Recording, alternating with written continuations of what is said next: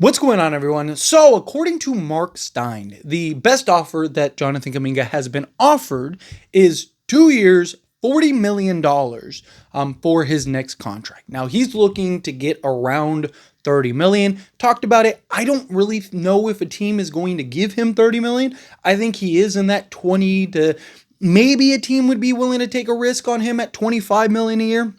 But I just think realistically, there are a lot of questions and concerns. I mean, the guy has every bit of star potential in him. There's moments and games and stretches where you watch him play and you're like, dude, this guy could end up being one of the best players in the league. And then there's times where you watch him and you're like, this guy could be out of the league in 5 years, right? It's kind of one or the other with him.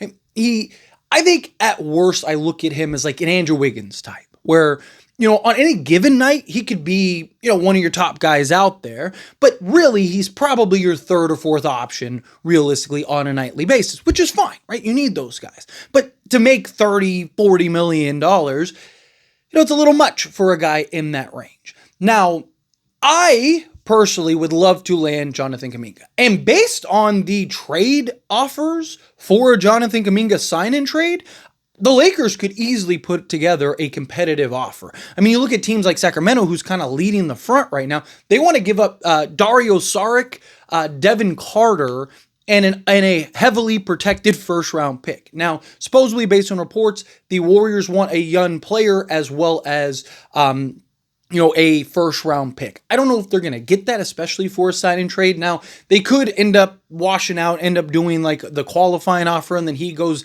and becomes an unrestricted free agent. But I would imagine that they'd want to get something back in return for him and not just lose him at the end of the season for nothing. I don't think the sign and trade options are going to be better next season than they would be right now. I think the teams that are interested are the teams that are interested. But if I'm the Lakers, could you maybe incentivize Jonathan Kuminga with maybe a longer term deal or maybe even a little more money, right? So the Golden State Warriors are about 25 million under the first apron, right? So they have some wiggle room. They have some room to play with. They aren't hard capped as of yet. So they're in a place to where they can kind of maybe take on a little extra money. So ideally, if you could do something where you're sending out a couple guys, maybe you stick to the 20 million a year for Jonathan Kuminga, but give him, a 3 or 4 year deal instead of a 2 year, right? So maybe you come to him and go like, hey, we'll give you 4 years, 80 million, right? Kind of push your way to us. And then, you work out a deal, and then maybe you're sending out a Maxi Kleba and a Gabe Vincent, or maybe you're sending out a Rui Hachimura and a Dalton Connect. Ideally, right, I'd want to try to keep Rui if you can, so that way you can go make other trades and other moves. It also depends on what the Warriors are willing to give up. I could see them being interested in Rui Hachimura, right? Because he's a guy that could slot in at the 3, slot in at the 4, guy that gives them shooting, floor spacing, right? And I think would fit their style of play. So I do think Rui does make some sense. Dalton Connect can make some sense. And you'd clear, like 2 million so you could fill that other roster spot. Because that's the thing. The Lakers would have to fill another roster spot if they did a 2-for-1 swap. Ideally, I'd like to do something where, you do a Kleba and a Gabe Vincent or something like that. But supposedly they're going to get a DeAnthony Melton and, an Al Horford once they clear up this Jonathan Kuminga thing.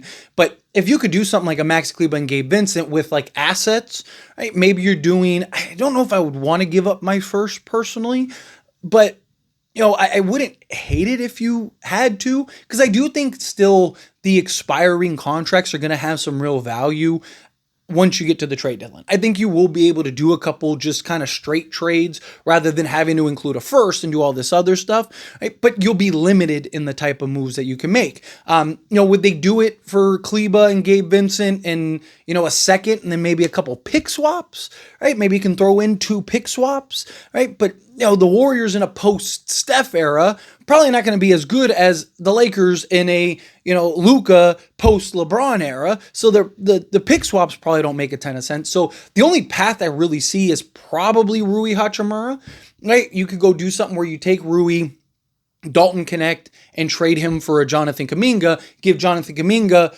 4 years, 80 million. And I think the Warriors would be interested in something like that. You get a nice young prospect, which is something that they're looking for, but you also get a player that can help now. And if it works out, you can sign him to a new contract and kind of keep him long term. If it doesn't work out, then you just let him go, let him walk, and at least you got Dalton Connect, as something rather than losing him for nothing. I do think that's a better package than what the Suns and the Sacramento Kings are currently offering.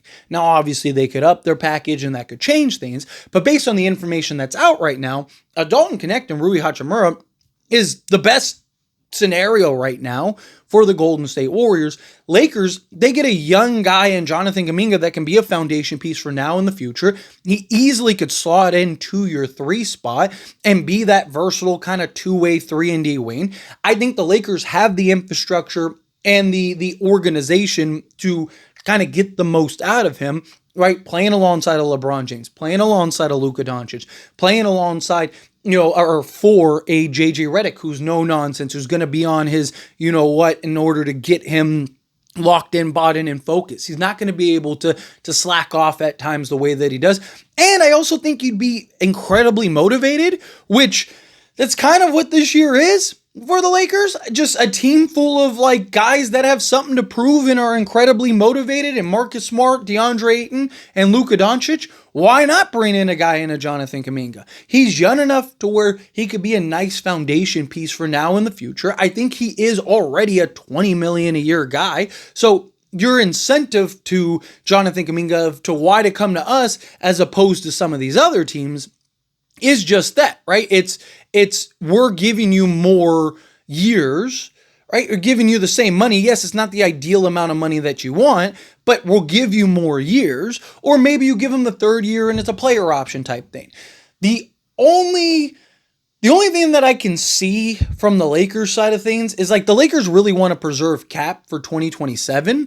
But like I've mentioned, any acquisition of a Jokic or a Giannis probably is going to require a trade. If you have a Jonathan Kuminga, that's a piece that you can now use to go trade for one of those guys that those teams might be interested in if they're going to hit the reset button. So he might even have value in that. Now, the reason I think the whole 2027 thing is ridiculous and why I think the Lakers would maybe do a 4-year deal is because they're going to, if DeAndre Ayton works out, they're going to have to pay him. Are they just going to let him walk next season and there's no stars or anybody to replace him? Are they going to give him a 1-year deal? Why would DeAndre Ayton want to do that? Right? So you're going to have to pay DeAndre Ayton, and you're probably going to have to pay Austin Reeves 30 to 50 million, right? Depending on what he wants and what he's willing to settle for, but he can get as much as 50 plus million a year. So to me, I look at this situation and I'm like, the 2027 cap thing is probably very unlikely regardless. But you know what now you could have? You could have an Austin Reeves and a Jonathan Kuminga that now you can package to go get somebody. If DeAndre Ayton works out, maybe you're packaging a DeAndre Ayton too in a trade for a Nikola Jokic if you end up landing a Nikola Jokic, right? Or if Giannis becomes available, now you have an Austin Reeves and a Jonathan Kuminga as a package that you can pair with, picks and all this other stuff and, a Dude Thero and whatever else in order to go get a Giannis, right? I think it puts you in that position. But if those guys don't end up coming, you have a guy in Jonathan Kuminga who can potentially elevate to star level. I mean, Jonathan Kuminga last year, he's 22 years old. He'll be 23 to start next season. But you're talking about a guy who on the season last year was a 15-5-2 guy and what was a very inconsistent, all over the place year for him. And even the Warriors, period.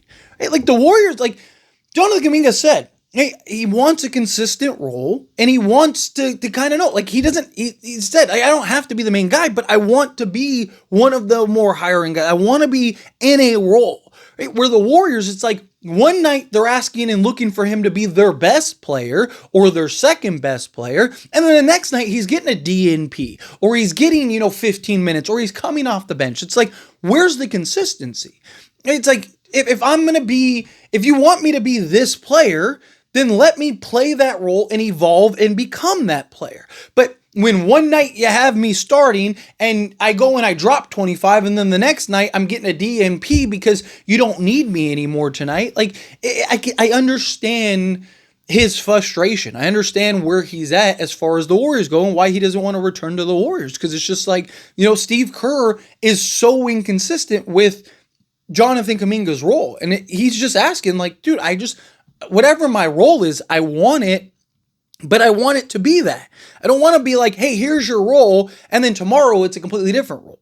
Or now it's the sixth man, or now it's this, right? Like, where I think Jonathan Kuminga fits in and is exactly what this Lakers team needs. Big, physical, versatile. I mean, you can't stay in front of the guy. When the guy wants to go get a bucket, he's going to get a bucket, right? He is just, he has the talent. It's just, can you hone him, get him focused, get him locked in? He can defend when he's bought in and motivated to defend, which I do think that the Lakers could get him into. And I think he would be motivated to do so because he'd want to prove a point.